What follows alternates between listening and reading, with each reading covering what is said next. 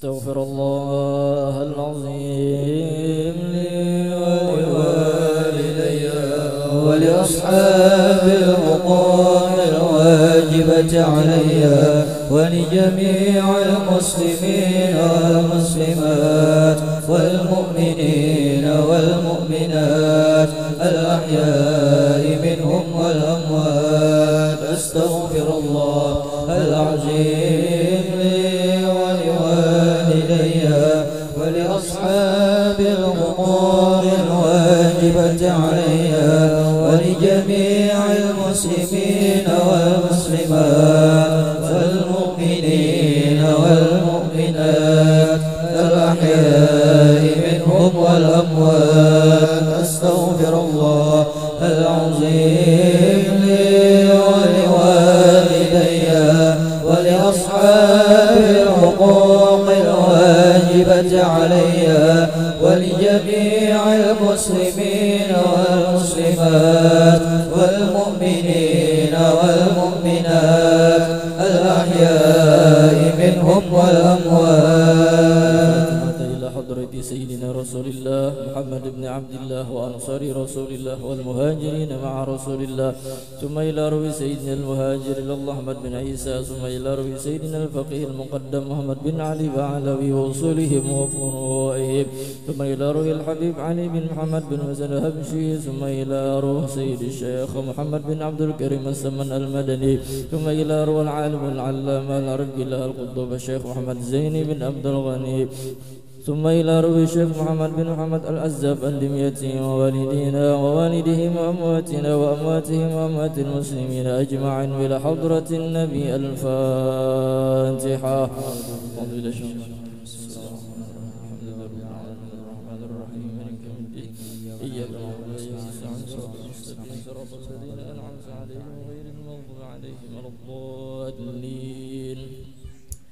فيا أيها الراجون منه شفاعة صلوا عليه وسلموا تسليما. اللهم صل وسلم وبارك عليه وعلى آله. ويا أيها المشتاقون إلى رؤية جماله صلوا عليه وسلموا تسليما. اللهم صل وسلم وبارك عليه وعلى آله. ويا من يخطب وصاله يقظة ومناما صلوا عليه وسلموا تسليما. صل وسلم وبارك عليه وعلى آله. الجنة ونعيمها سعد لمن يصلي ويسلم ويبارك عليه. اللهم صل وسلم وبارك عليه وعلى آله. يا رب صل على محمد أشرف بدر في الكون أشرف. يا رب صل على محمد أشرف بدر في الكون أشرف. يا رب صل على محمد أكرم داع يدعو إلى الحق. يا رب صل على محمد أكرم داع يدعو إلى الحق. يا رب صل على محمد المصطفى الصادق المصدق. يا رب صل على محمد المصطفى الصادق المصدق. يا رب صل على محمد أحلى الورى منطقا وأصداق. يا رب صل على محمد أحلى الورى منطقا وأصداق. أصداق. يا ربي صل على محمد أفضل من بالتقى تحقق. يا ربي صل على محمد أفضل من بالتقى تحقق.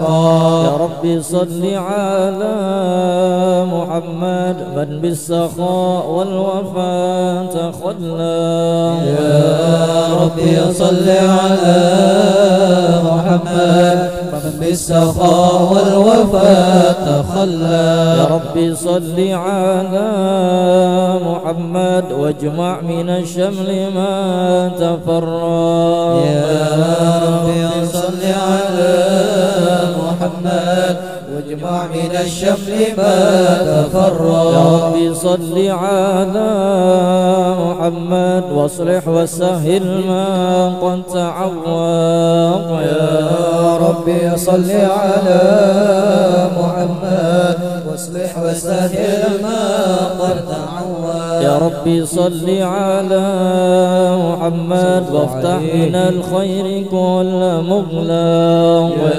يا ربي صل على محمد وافتح من الخير كل مغلق. يا ربي صل على محمد وآله ومن بالنبي تعلق. يا ربي صل على محمد وآله ومن بالنبي تعلق. يا ربي صل على محمد وآله ومن للحبيب يعشق. يا ربي صل على محمد وآله ومن للحبيب يعشق. يا ربي صل على محمد ومن بحبل النبي توثق. يا ربي صل على محمد ومن بحبل النبي توثق. يا ربي صل على محمد يا ربي صل عليه وسلم. يا ربي صل على محمد يا ربي صل عليه وسلم. اللهم صل وسلم وبارك عليه وعلى آله. من الشيطان الرجيم لقد جاءكم رسول من أنفسكم عزيز عليه ما عنتم حريص عليكم بالمؤمنين رؤوف رحيم. فإن تولوا فقل حسبي الله لا إله إلا هو عليه توكلت وهو رب العرش العظيم. إن الله وملائكته يصلون على النبي يا أيها الذين آمنوا صلوا عليه وسلموا تسليما. اللهم صل وسلم وبارك عليه وعلى آله.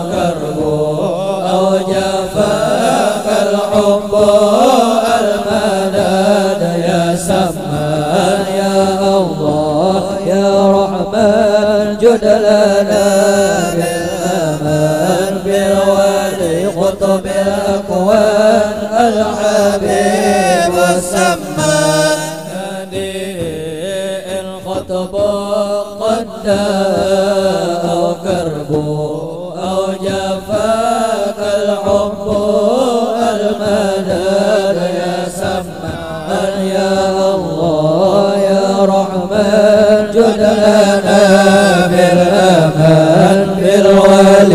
قطب الأكوان الحبيب السمان ناديه إن خطب قد أو كرب أو جفاك الحب المدد يا سمان يا الله يا رحمن جد لنا بالأمان بالوالي قطب الأكوان الحبيب السمان صلاة ربي تغشى خير نبي وجميع الصحب ثم آل العدنان يا الله يا رحمن جد لنا بالأمان بالولي قطب الأكوان الحبيب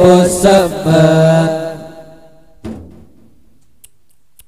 بسم الله الرحمن الرحيم. الحمد لله الذي قد أوجد من نوره نورا به عم الهدى سبق العوالم في الوجود بأسرها فالكل منه في الحقيقة مبتدا أعني بذلك نور من ساد الورى وزكت عناصره الشريفة محتدا المصطفى خير الخلائق من سما وعلى على فلك السيادة السددا صلى عليه مسلما مولاه معال له والصحب ما نجم بدا هو رحمة للعالمين ونعمة فاضت على كل البرية بالندى هذا وأرجو الله من إفضاله عونا على نظم لمولد أحمد كي تنعش الأرواح عند سماعه وتقلد الأسماع درا مددا يا رب اعذر بالصلاة ضريا وادم عليه السلام ذاتك سرمدا اللهم صل وسلم وبارك عليه وعلى آله اللهم صل وسلم وبارك عليه وعلى آله اعلم بأن الله قدر سابقا تقوينه هذا الجناب المفردا إذ قال جل لقبضة من نوره كوني بقدرتنا الحبيب محمدا فهو الحبيب المجتبى كدما كما قد صح هذا بالدليل وأسندا وعليه في الأزلة النبوة أبرغت ولنا به المولى المعظم أسعدا وبوجه آدم لها هذا النور إذ حرت ملائكة المهيمن سجدا ولسائر الأسلاب منه منقل حتى استقر بوالديه وأبدا وحمى الإله من السفاه وصوله علوا به شرفا أثيلا أمجدا ولوالديه الرب قد أحيا كما قد جاء هذا في الحديث وأيدا قد آمن حقا به فاستوجبا كل النجاة وبالجنان تخلدا فهما يقينان الناجين ومن يقل بخلافنا ضل السبيل وأبعدا وكذا جميع وصوله مأواهم ودار النعيم كما رواه من اهتدى يا رب اقدر بالصلاة غيره وادم عليه السلام ذلك سرمدا اللهم صل وسلم وبارك عليه وعلى آله. هذا ولما أن أراد إلهنا إظهار سر المسون الأسعداء اختص آمنة الرضا أمة له ولها به أما الهنا وتأبدا حملت بجوهره الشريف وما شكت ثقلا ولا وهنت بها طول المدى وهواتف الرحمن قد هتفت بها ومن سائر الأكوان قد سمعت نداء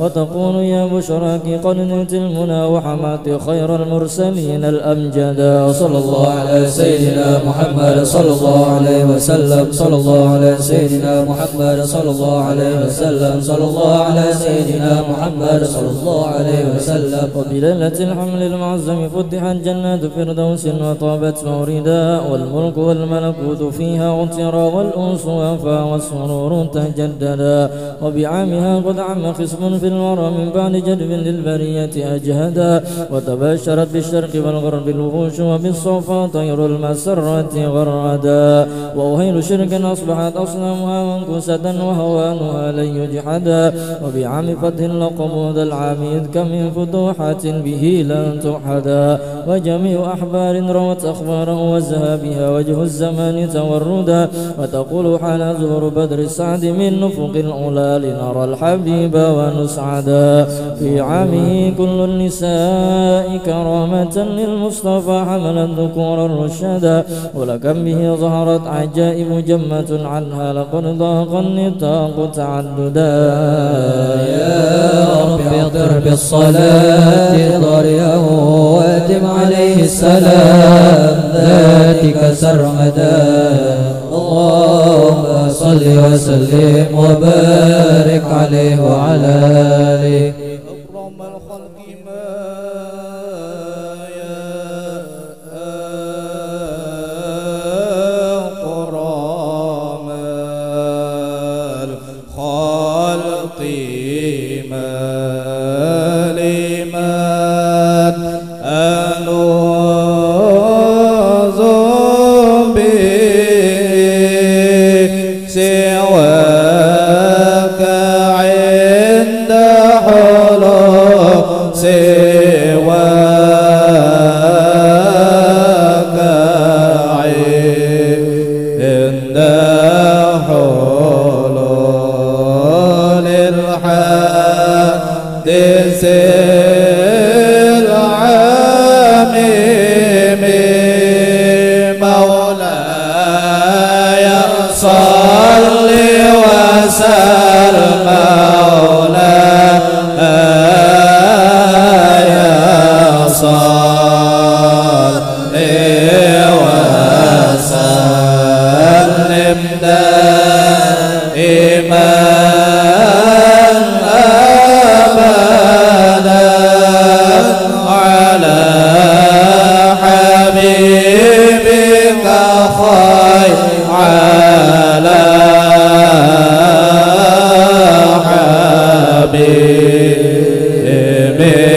حبيبك خير الخلق كلهم ولا يضيق رسول ولا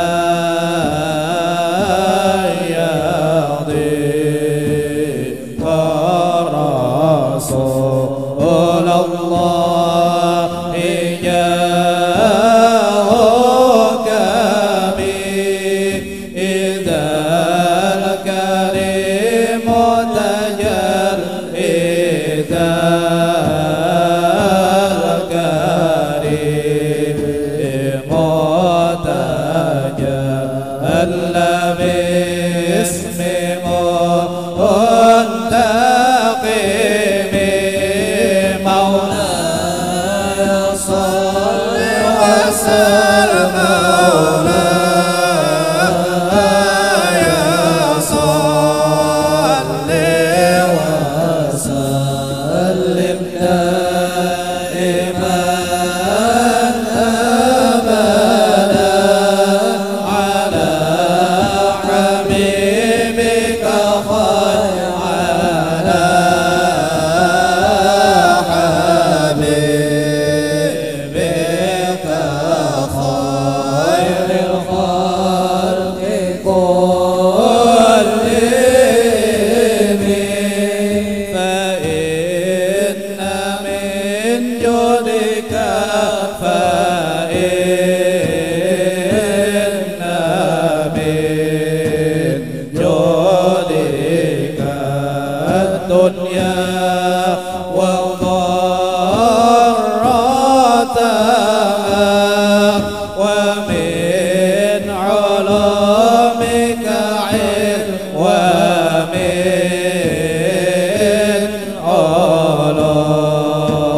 علومك علم اللوح والقلم مولاي صل وسلم مولاي صل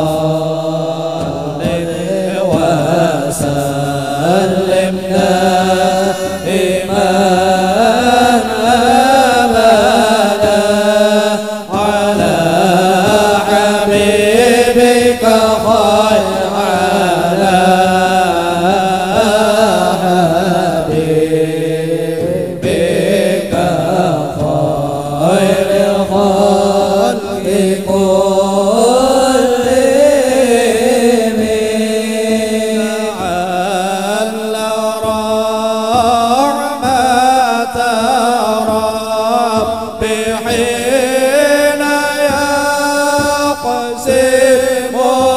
يقسمها تأتي على حسب العصيان في القسم مولاي صل وسلم دائما أبدا على حبيبك خير الخلق كلهم يا ربي واجعل رجائي غير منعكس لديك واجعل حسابي غير منخرم مولاي صل وسلم دائما أبدا على حبيبك خير الخلق كلهم والطف بعبدك في الدارين إن له صبرا متى تدعوه الأهوال ينعزم مولاي صل وسلم دائما أبدا على حبيبك خير الخلق كلهم وأذن لصاحبي صلاة منك دائمة على النبي بمنهل ومنسجم مولاي صل وسلم دائما أبدا على حبيبك خير الخلق كلهم نارا نحت عذبت البدر عصابة وأطراب العيسى عاد العيس بالنظام مولاي صل وسلم دائما أبدا على حبيبك خير الخلق كلهم ثم الرضا عن أبي بكر وعن عمر وعن علي وعن عثمان ذي الكرم مولاي صل وسلم دائما أبدا على حبيبك خير الخلق كلهم والآل والصحب ثم التابعين فهم أهل التقى والنقى والحلم والكرم مولاي صل وسلم دائما أبدا على حبيبك خير الخلق كلهم يا ربي بالمصطفى بلغ مقاصدنا واغفر لنا ما مضى يا واسع الكرم يا واسع الكرم ربي بالمصطفى بلغ مقاصدنا واغفر لنا ما مضى يا واسع الكرم يا واسع الكرم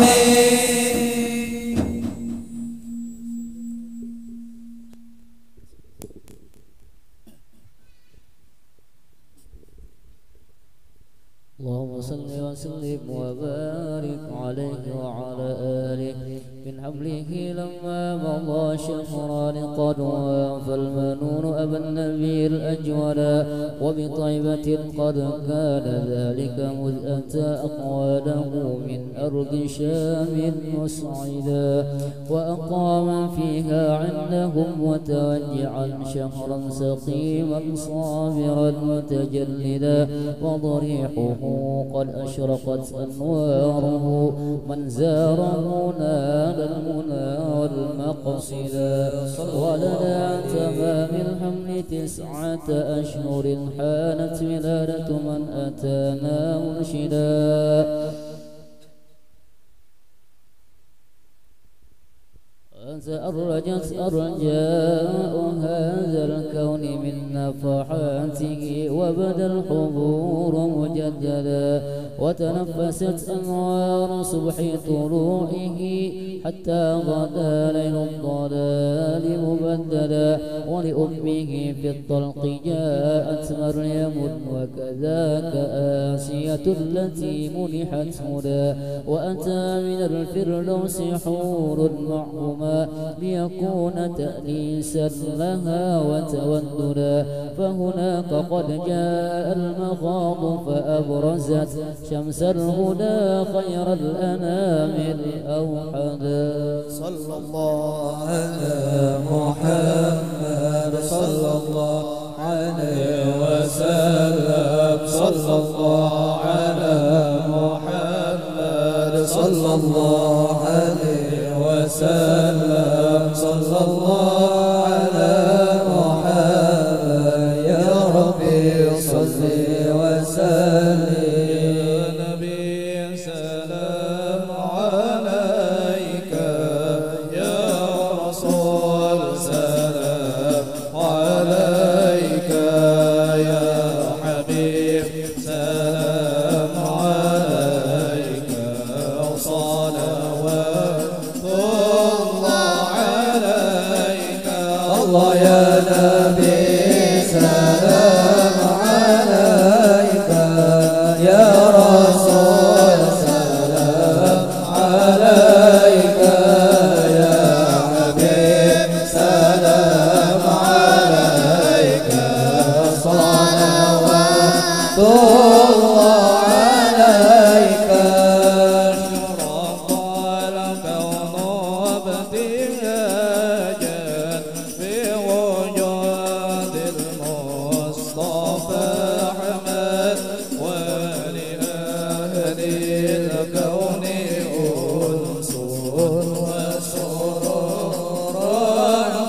تجدد الله يا نبي سلام عليك يا رسول سلام عليك يا حبيب سلام عليك صلوات الله عليك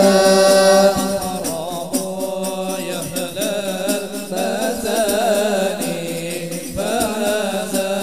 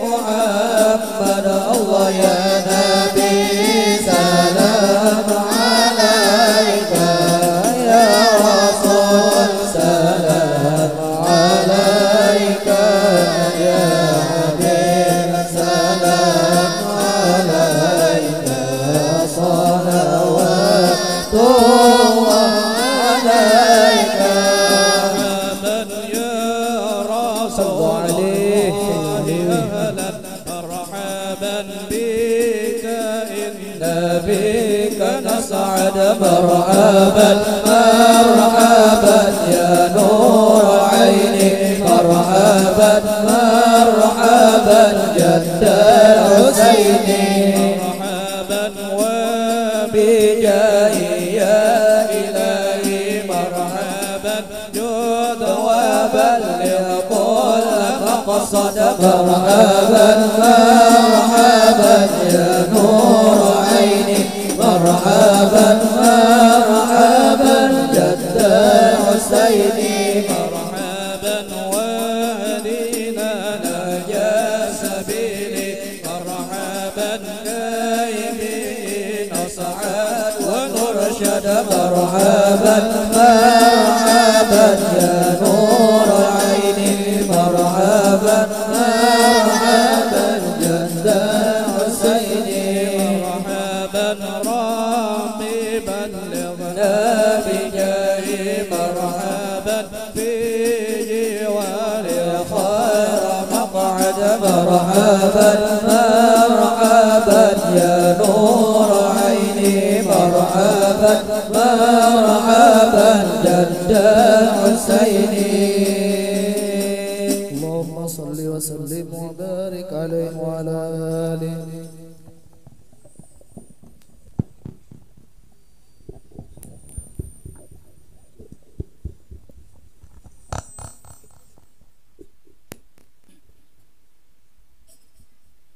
يا شيخنا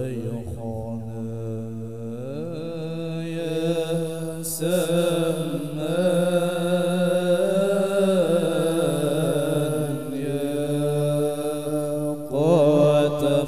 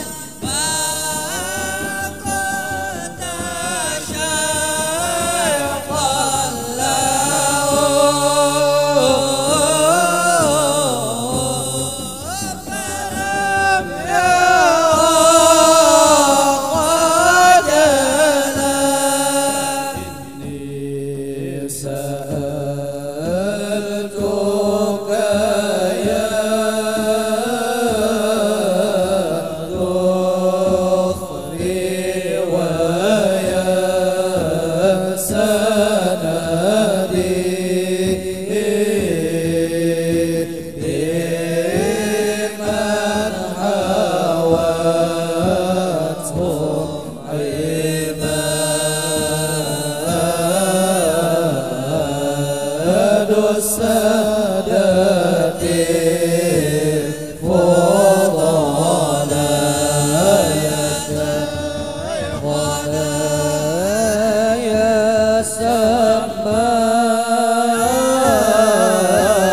يا قطب من في الأكوان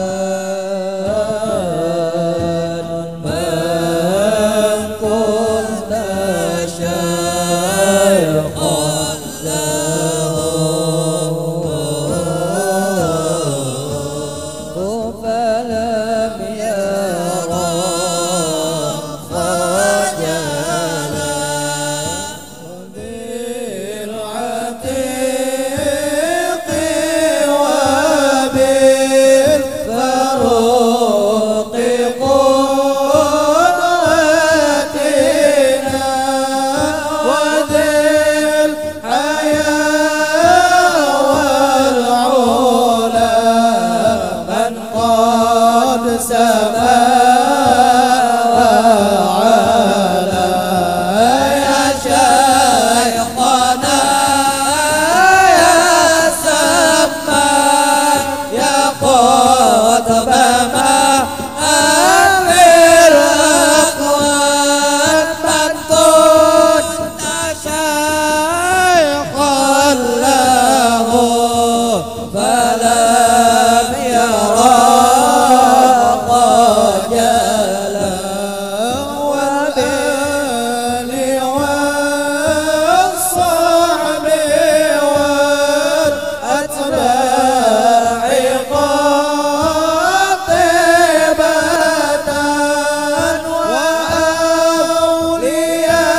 وأولياء خصوصا من بكم نزلا يا شيخنا يا سمان يا قطب ما في الأكوان من كنت شيخا له فلم يرى خجلا في حماكم له عن إذنكم وبكم حكم التصرف في كل الورى كمالا يا شيخنا يا سمن يا قطب من في الأكوان من كنت شيخا له فلم يرى خجلا ذاك الذي من رآه قد رآك كما عنكم لنا أحد عن رؤيتنا قال يا شيخنا يا سمن يا قطب من في الأكوان من كنت شيخا له فلم يرى خجلا قطب الوجود إمام قطب الوجود إمام قطب الوجود إمام العارفين ومن بكم إليكم كما قد شئتم وصلا يا شيخنا يا سمن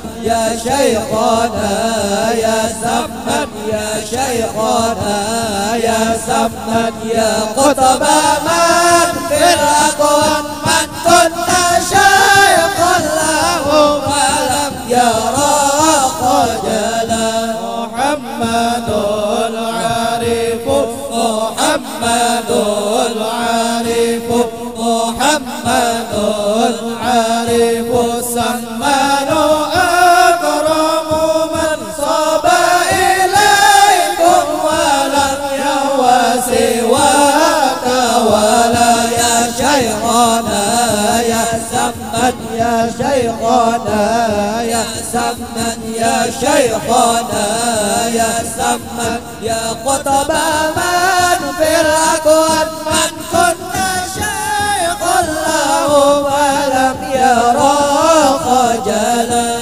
للمؤلف سجد للمؤلف سجد للمؤلف صدق وإكرة والحاضرين ومن أسفل وتلا يا شيخنا يا سمد يا شيخنا يا سمد يا شيخنا يا سمد يا قطب من في الأكوان من كنت شيخا له فلم يرى خجلا بكل أمنية بكل أمنية بكل أمنية تأتي عواقبها لكل خير وبر يحسن العمل يا شيخنا يا سمد يا شيخنا يا سمد يا شيخنا يا سمد يا خطب من في الأموال من كنت شيخا له فلم يرى خجلا عليك أزكى صلاة عليه أزكى صلاة عليه أزكى صلاة الله ما توليت يا أكرم الخلق يا خير الورى كمالا يا شيخنا يا سمد يا شيخنا يا سمد يا شيخنا يا سمد يا قطب من في الأقوام من كنت شيخا له فلم يرى خجلا استغفر الله العظيم استغفر الله العظيم الذي لا إله إلا هو الحي القيوم أتوب إليه على ما نوى به سلفنا الصالح وعلى ما نوى به شيخنا. الفاتحة. أعوذ بالله من الشيطان الرجيم. بسم الله الرحمن الرحيم. الحمد لله رب العالمين الرحمن الرحيم مالك يوم الدين إياك نعبد وإياك نستعين اهدنا الصراط المستقيم صراط الذين أنعمت عليهم غير المغضوب عليهم ولا الضالين آمين. بسم الله الرحمن الرحيم. أحمد من اصطفى من عباده من شاء بالwilayah, yakni aku memuji akan Allah subhanahu wa ta'ala yang telah memilih ia dari segala hambanya akan orang yang dikehendakinya dengan dijadikannya sebagai waliullah. Wa khassasahu bihamli asrarihi, yakni menentukan ia akan dia untuk membawakan segala rahasianya. Wa jatabahu minhu ilaihi bisabiqil inayah, yakni dan ia menghampirkan akan dia daripadanya kepadanya dengan sebab terdahulu pertolongannya. Wa ashkuruhu an manna alaina bil imani bima ja'at bihil anbiya wal awliya min asrarihir rabbaniyah, yakni aku bersyukur kepada Allah subhanahu wa ta'ala bahwa ia mengaruniai atas kami dengan mengimani barang yang mendatangkan dengan dia oleh para nabi Allah dan segala waliullah daripada segala rahasianya yang bangsa ketuhanan. Wa waffaqana limutaba'ati sunnatihim wal bahiyatis saniyah, yakni dan ia telah menolong kami untuk mengikuti akan jalan semua mereka itu yang terang lagi mulia. Wa usalli wa usallimu ala man sajada lahul malaku wa huwa fi zuhri abihi suri, yakni dan aku memohonkan rahmat dan sejahtera atas penghulu kita Nabi Muhammad sallallahu alaihi wasallam yang sujud kepadanya segala malaikat sedangkan ia masih terkandung di dalam tulang belakang ayahnya yang zahiri, yaitu Nabi Allah Adam alaihi salam, wa ala alihi wa sahbihi wa tabi'ihim bisabilin nuri, yakni dan atas segala keluarganya dan sahabatnya dan segala yang mengikut akan mereka itu pada jalan yang nurani daripada amal yang saleh. Wa ba'du, kemudian daripada itu maka berkatalah Syekh Siddiq Al-Madani, khalifah murid Sayyid Muhammad bin Abdul Karim Al-Qadri Al-Hasani As-Samman Al-Madani radhiyallahu anhu, hai segala saudaraku, manakala aku dengar dan aku lihat akan riwayat-riwayat daripada guruku daripada hadis Nabi sallallahu alaihi wasallam, bermula pada ketika dibaca manaqib aulia Allah itu diturunkan oleh Allah beberapa rahmat atas orang yang membaca dan orang yang hadir mendengarkannya, serta diiktikadkannya dengan yakin hatinya bahwa orang itu benar-benar waliullah. Dan aku lihat pula beberapa murid yang dahulu itu mengarang iakan manakib gurunya serta dibacanya pada tiap-tiap tahun sekali, yaitu pada hari ketika wafatnya, serta membaca Al-Quran dan tahlil dan bersedekah mana sekuasanya. Tetapi hendaklah bersama dengan orang banyak. Maka tatkala aku dengar yang demikian itu, yakni riwayat yang tersebut itu, maka sukalah hatiku mengerjakan seperti yang demikian itu atas sekadar pahamku yang bebal ini. Serta aku himpunkan akan setengah daripada karamat guruku, yaitu Sayyidi Syekh Muhammad Sammad radhiyallahu anhu. Bermula Syekh Sammad radhiyallahu anhu adalah ahli syariat, ahli tariqat dan ahli hakikat, yaitu kutub presiden wali di dalam negeri Madinatul Rasul. Barang siapa berkehendak ziarah akan kubur Rasulullah padahal tiada minta izin kepadanya, niscaya adalah ziarahnya itu sia-sia jikalau sah pada zahirnya sekalipun.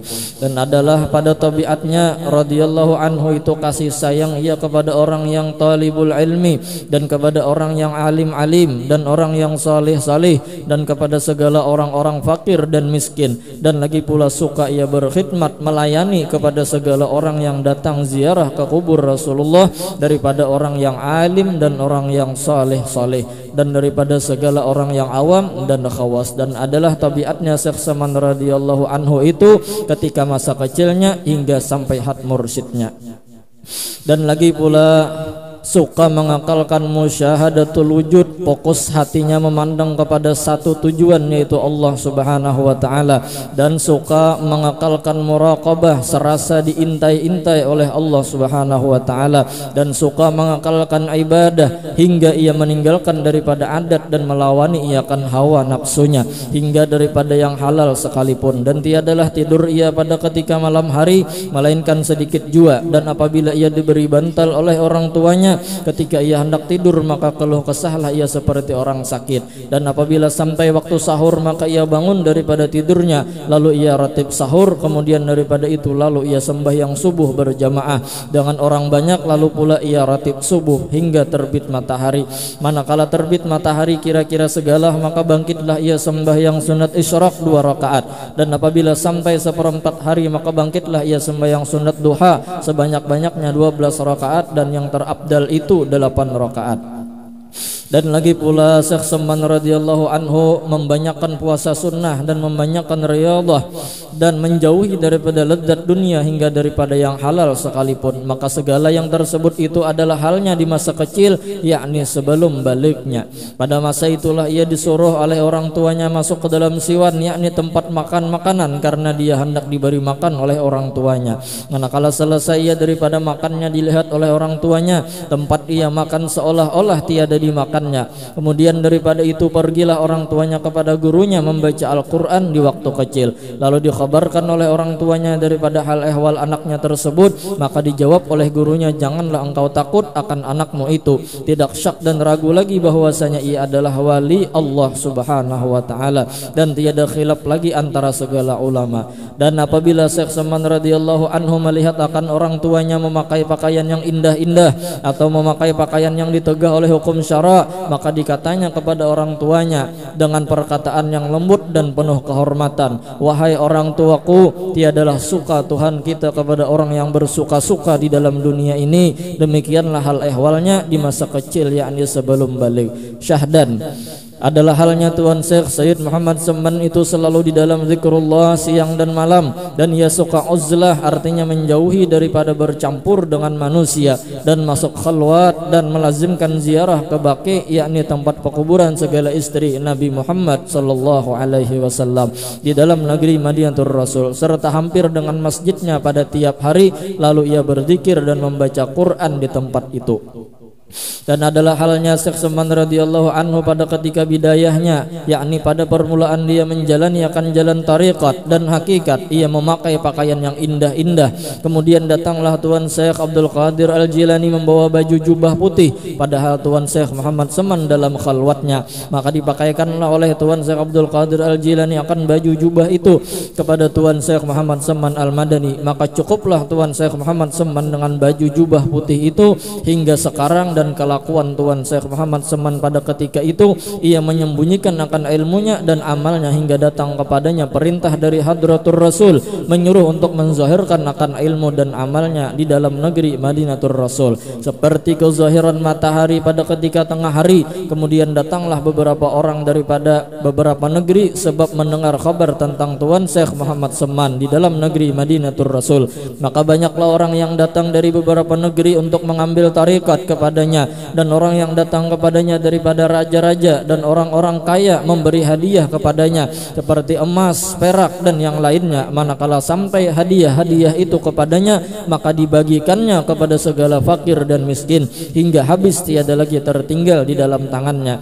Dan berkatalah Tuan Syekh Muhammad Seman radhiyallahu anhu kepada segala muridnya, jangan kamu mungkir kepadaku seperti sebagian ahli Madinah yang mungkir mereka itu kepadaku pada zaman sekarang, dari sebab sangat zahirku di dalam negeri Madinatul Rasul ini.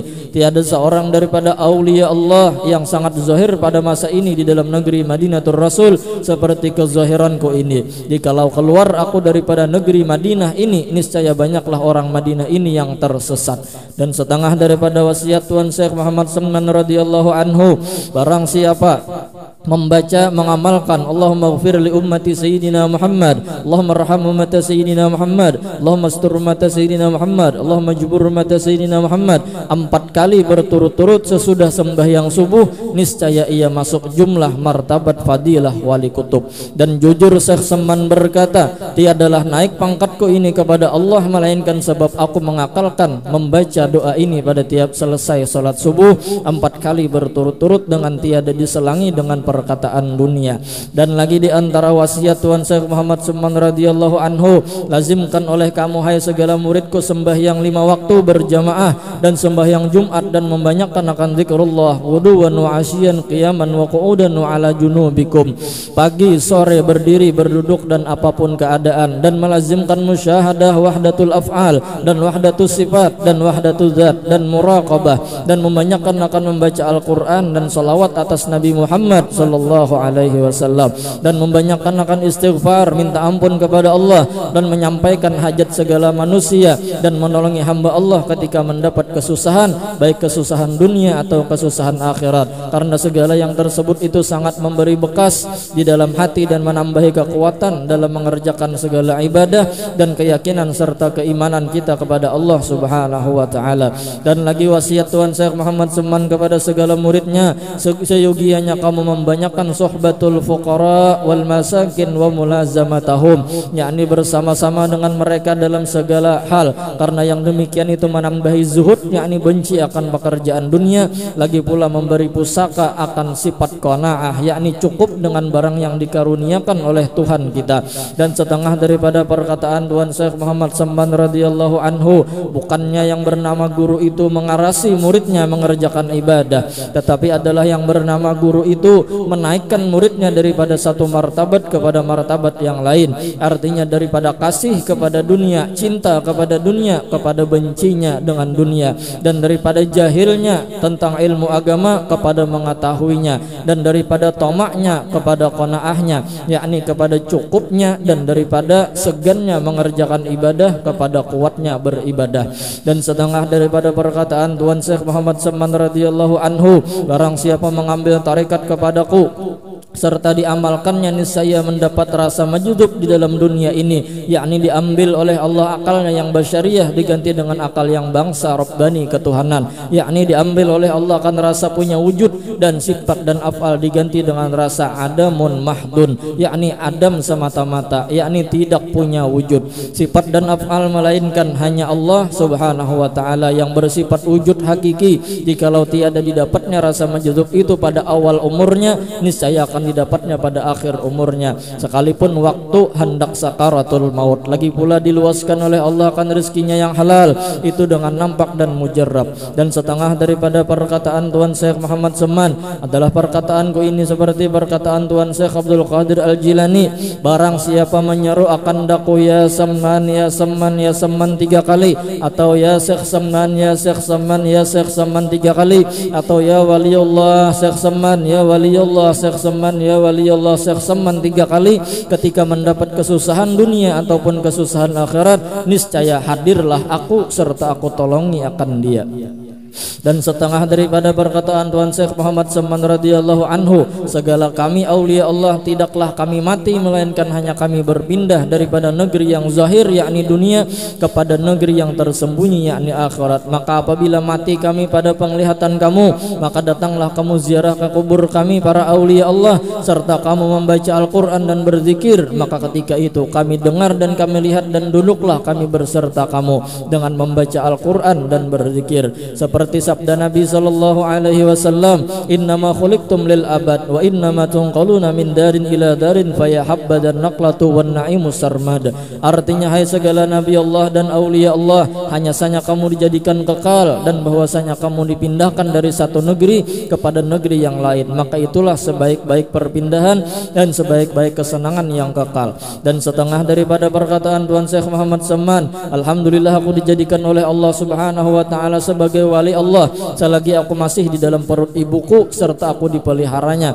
Dan setengah daripada perkataan Tuan Syekh Muhammad Seman, barang siapa makan makanan kami maka masuklah ia ke dalam surga, dan barang siapa masuk ke rumah kami atau langgar kami atau musalla kami, niscaya diampuni oleh Allah Subhanahu wa taala dosa-dosanya. Syahdan adalah hal Tuan Syekh Muhammad Seman itu ketika dia mengkhabarkan beberapa nikmat yang diberikan oleh Allah Subhanahu wa taala kepadanya, dan karena mengikut Nabi kita Muhammad sallallahu alaihi wasallam Sayyidul Insi wal Jan tatkala mendapat nikmat dari karena menjunjung firman Allah Subhanahu wa taala di dalam Al-Qur'an, wa amma bi ni'mati rabbika fahaddis. Artinya, khabarkan olehmu ya Muhammad dengan nikmat Tuhanmu yang diberikan kepadamu. Dan setengah daripada perkataan Tuan Syekh Muhammad Seman radhiyallahu anhu, aku dikaruniai oleh Allah Subhanahu wa taala untuk menunggu pintu hadratur Rasul sallallahu alaihi wasallam. Dan setengah daripada perkataan Tuan Syekh Muhammad Seman pula, dijadikannya aku sebagai rahmat bagi segala umat Nabi Muhammad sallallahu alaihi wasallam pada zaman sekarang hingga kepada orang kafir sekalipun. Alhamdulillah tiada dijadikan aku sebagai bala bagi mereka itu. Syahdan adalah yang tersebut di dalam mukhtasar ini setengah daripada karamatnya. Dan jikalau engkau hendak mengetahui segala karamatnya yang lain daripada ini, maka lihatlah di dalam manakib yang besar. Dari karena karamat Tuan Syekh Muhammad Seman itu tiada terhingga banyaknya, tetapi aku sebutkan di dalam mukhtasar ini hanya sebagian daripada karamatnya supaya senang bagi orang yang mendengarnya, lagi pula supaya turun rahmat atas orang yang membacanya dan orang yang mendengarkannya. Seperti sabda Nabi sallallahu alaihi wasallam, inda dzikril auliya tanzilur rahmat. Artinya, ketika dibaca hikayat karamat aulia itu diturunkan oleh Allah beberapa rahmat atas orang yang membacanya dan orang-orang yang hadir mendengarkannya. Kiranya cukuplah di dalam mukhtasar ini bagi orang yang mentasdikkan akan dia. Syahdan adalah dikeluarkan nama Tuan Syekh Muhammad Seman itu daripada Lauhul Mahfuz, dan setengah daripada Wazir Mahdi menyebutkan yang demikian itu di dalam kitab Tabaqat bagi Sayyid Ahmad Asy-Syarnubi. Maka lihatlah di dalam kitab Tabaqatnya itu.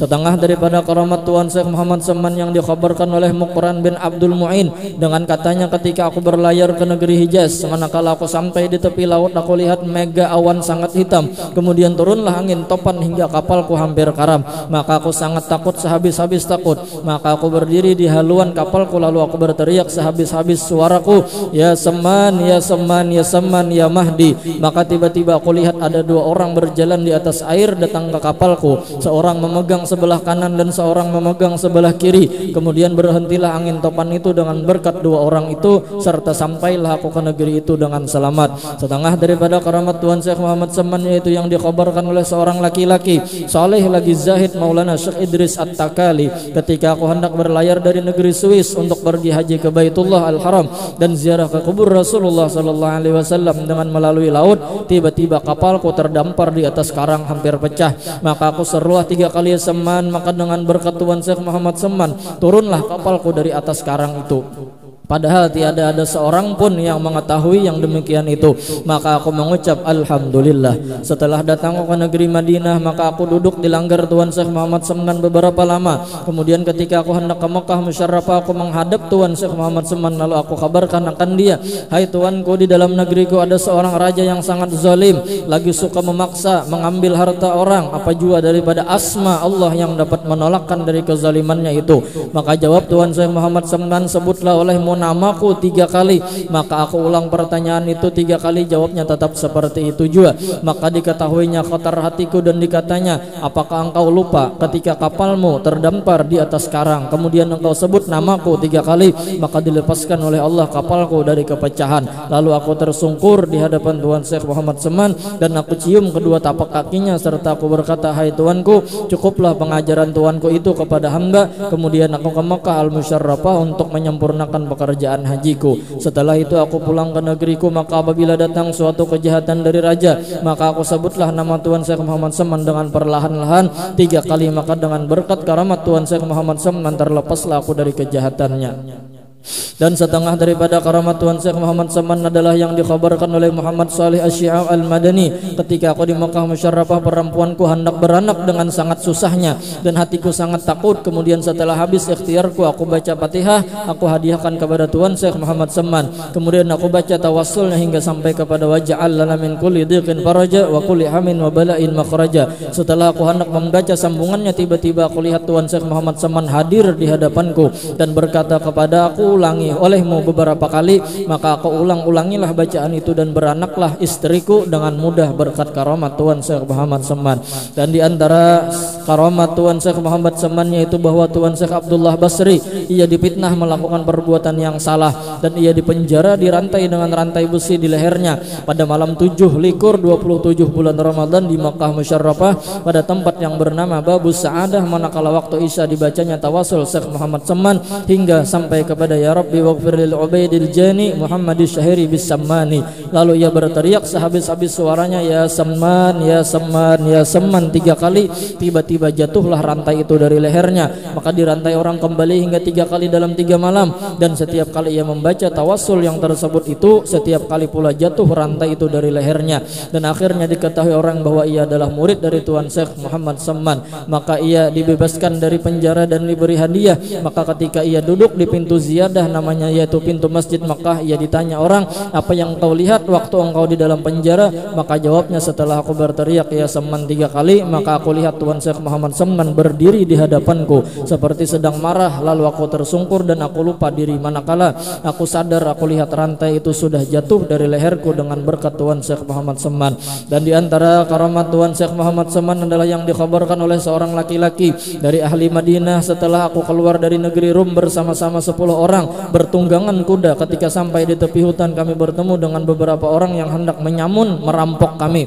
Mereka semuanya berkuda lengkap dengan senjata. Maka kami sangat susah tiada dapat berlepas dari mereka itu hingga tawajuh kami kepada Tuan Syekh Muhammad Seman dan kami seru ya Seman 3 kali. Maka tiba-tiba kami lihat Tuan Syekh Muhammad Seman di atas kuda putih, padahal ia menutup mulutnya dengan kain putih, memberi isyarat dengan tangannya menyuruh kami berjalan terus. Maka berjalanlah kami dan mereka tidak mengikuti kami berkat karamat Tuan Syekh Muhammad Seman. Maka inilah sebagian dari karamat Tuan Syekh Muhammad Seman ketika lagi hidupnya, supaya suka orang mendengar hikayat karamatnya. Dan jikalau engkau hendak mengetahui akan karamat Tuan Syekh Muhammad Seman setelah wafatnya, maka itu semua tersebut di dalam kitab Manaqib Al-Kubra. Setengah karamat Tuan Syekh Muhammad Seman yang didapat oleh Syekhuna wa Ustazuna wa wasilatuna ilallah ta'ala al-arif billah Tuan Haji Muhammad Aqib bin Haji Husnuddin Hasanuddin di dalam negeri Palembang adalah fakir, menanggung hutang 1060 ringgit banyaknya, dan tidak ada satu jalan pun untuk melepaskan daripada utang fakir itu. Dan fakir menanggung itu selama lebih dari 3 tahun. Karena itu fakir tiada ada pikiran lain siang dan malam selain memikirkan utangnya itu sampai mengeluarkan air mata.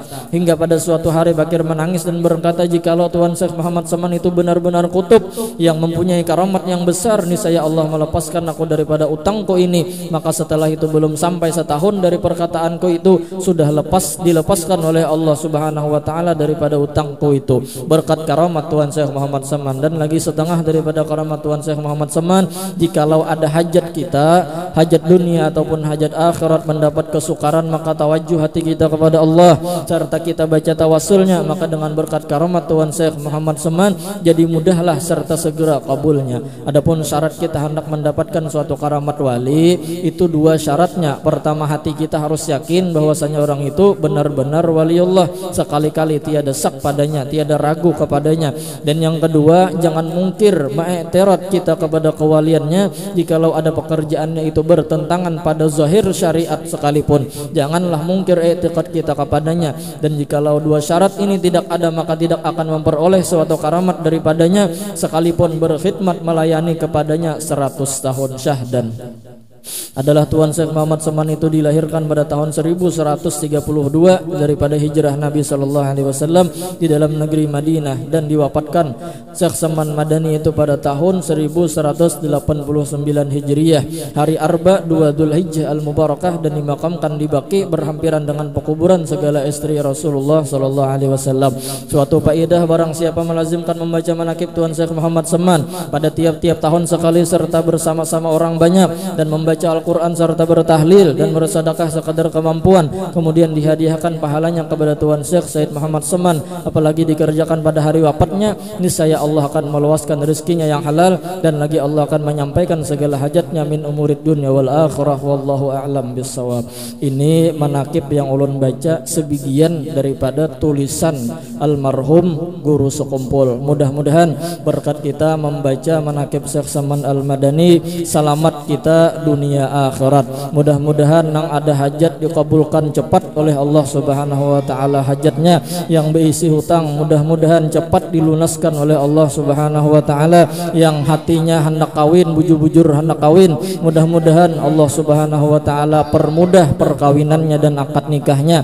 Dan bila ada hajat dunia dan hajat akhirat, mudah-mudahan cepat dikabulkan oleh Allah Subhanahu wa taala. Yang garing-garing mudahan disehatkan oleh Allah Subhanahu wa taala, dan mudah-mudahan dipanjangkan umur oleh Allah Subhanahu wa taala.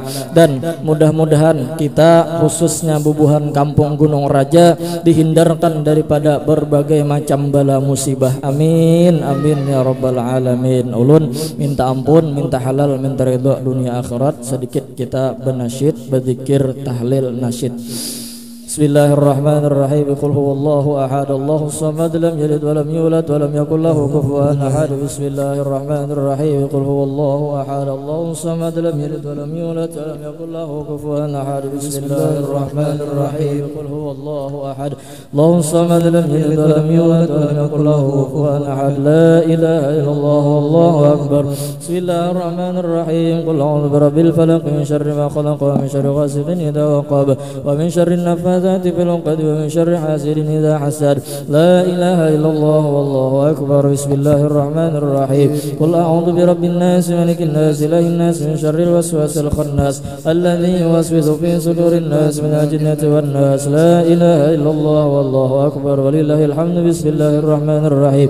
Alhamdulillahi rabbil alamin, arrahmanir rahim, maliki yaumiddin. Iyyaka na'budu wa iyyaka nasta'in, ihdinas siratal mustaqim, siratal ladzina an'amta 'alaihim المغضوب عليهم ولا الضالين آمين. الذين آمنوا وتطمئن قلوبهم بذكر الله، ألا بذكر الله تطمئن القلوب. أفضل الذكر فاعلم أنه لا إله إلا الله، لا إله إلا الله، لا إلا الله. سيدنا محمد رسول الله صلى الله عليه وسلم.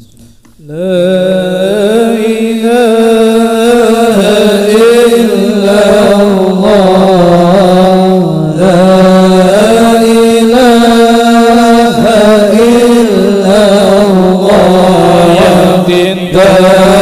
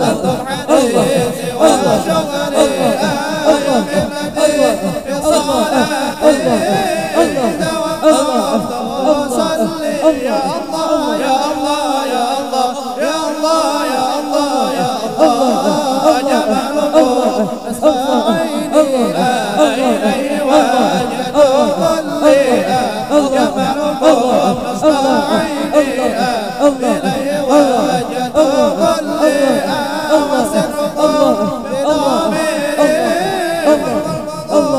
تجلي يا سلام يا سلام يا سلام يا سلام يا سلام يا سلام. لا إله إلا الله سيدنا محمد رسول الله. لا إله إلا الله سيدنا محمد رسول الله. صل على سيدنا محمد اللهم صل عليه وسلم. صل على سيدنا محمد اللهم صل عليه وسلم. اللهم صل على سيدنا محمد يا ربي صل عليه وسلم. صل على سيدنا محمد يا ربي صل عليه وسلم. سبحان الله بحمده سبحان الله بحمده سبحان الله بحمده سبحان الله بحمده سبحان الله بحمده سبحان الله بحمده سبحان الله بحمده سبحان الله بحمده سبحان الله وبحمده سبحان الله العظيم. سبحان الله وبحمده سبحان الله العظيم. سبحان الله وبحمده سبحان الله العلي العظيم. سبحان الله وبحمده سبحان الله العلي العظيم. اللهم صل على حبيبك سيدنا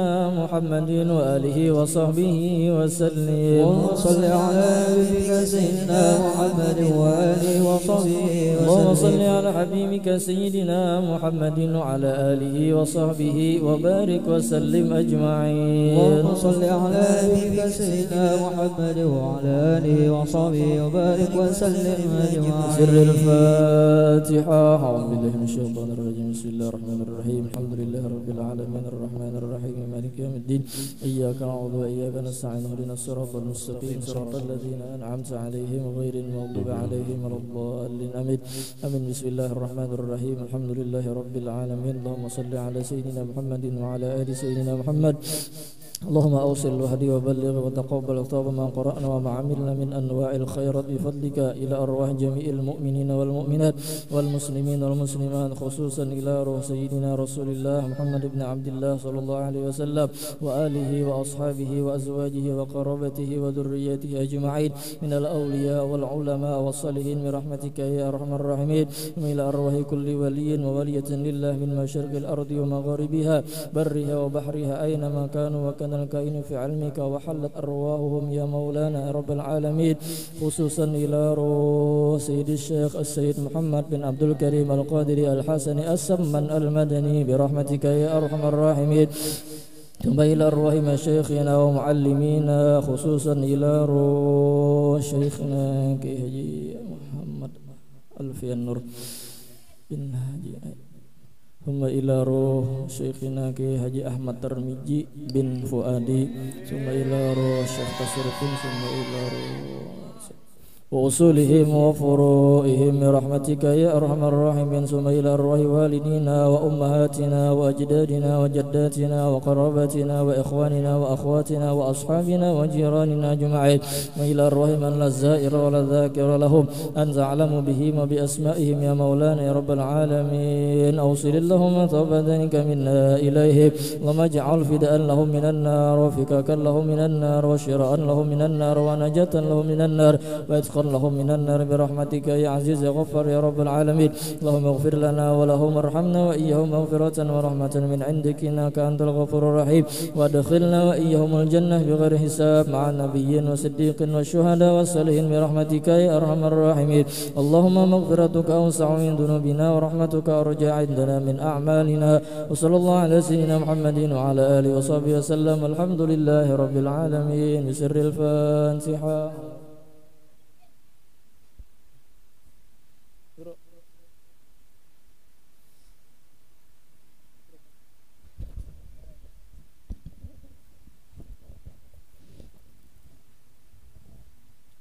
Amin. Bismillahirrahmanirrahim. Alhamdulillahi rabbil alamin wassalatu wassalamu ala asyrafil anbiya'i wal mursalin sayyidina wa nabiyina Muhammadin wa ala alihi wa ashabihi wa barik wa sallim ajma'in. اللهم افتح لنا أبواب الخير وأبواب الرحمة وأبواب البركات وأبواب النعمات وأبواب القوة وأبواب الصحة وأبواب السلامة وأبواب العافية. ربنا تقبل منا إنك أنت السميع العليم وتب علينا إنك أنت التواب الرحيم. ربنا ظلمنا أنفسنا وإن لم تغفر لنا وترحمنا لنكونن من الخاسرين. ربنا آتنا في الدنيا حسنة وفي الآخرة حسنة وقنا عذاب النار. صلى الله على سيدنا محمد وعلى آله وصحبه وسلم بفضل سبحان ربك رب العزة عما يصفون وسلام على المرسلين والحمد لله رب العالمين. Mengakhiri acara kita malam hari ini, ulun mengucapkan terima kasih kepada seluruh yang hadir dan kepada seluruh relawan-relawan, panitia-panitia yang telah membantui kami dalam menjalankan dan melaksanakan acara Haul Syekh Saman Madani, baik daripada segi keuangannya, ekonominya, atau dari segi tenaganya, atau dari segi pemikirannya dan lain-lain sebagainya. Ulun mengucapkan terima kasih. Mudah-mudahan kita panjang umur sampai pulang kita ke tahun-tahun yang akan datang untuk merayakan kembali Haul Syekh Saman Al-Madani. Dan kemudian minta maaf, minta halal, minta ridho kepada semua yang hadir apabila kami ada kesalahan, ada kekurangan, mohon maaf, mohon halal, minta ridho dunia akhirat. Dan terakhir ada pengumuman, insyaallah kita minggu akan datang malam Sabtu, seperti biasa kita membaca manaqib Siti Khadijah. Insyaallah malam Sabtu yang akan datang kembali kita acara bulanan kita membaca manaqib Siti Khadijah. Mudah-mudahan dikabulkan hajat kita dunia akhirat, dan mudah-mudahan disugihkan kita seberataan dengan harta yang halal, dan mudah-mudahan kita bersama Nabi Muhammad sallallahu alaihi wasallam di dalam surganya Allah Subhanahu wa taala. Amin amin ya rabbal alamin. Ulun tutup acara ini dengan mengucapkan alhamdulillahirabbil alamin. Taqabbalallahu minkum minna wa minkum taqabbal ya karim. Bila makanan di hadapan pian disilahkan seberataan.